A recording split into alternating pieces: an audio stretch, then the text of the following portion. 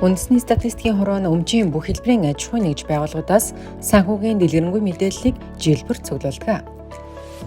Энэхүү мэдээлэлд үндэслэн дотоодын нийт бүтээгдэхүүн болон макро эдийн засгийн бусад үзүүлэлтийг тооцож хэрэглэгчдэд хүргэдэг билээ.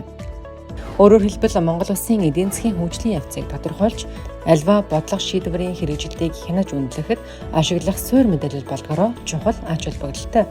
Харин нөгөө талаас аж ахуйн нэгж байгууллагууд болон бизнес эрхлэгчид тухайн зах зээлийнхээ хүрээнд үнэн зөв статистик мэдээлэл авахаас гадна зах зээлд эзэлж байгаа байр суурь, сорилт боломжоо тодорхойлох давуу талтай юм.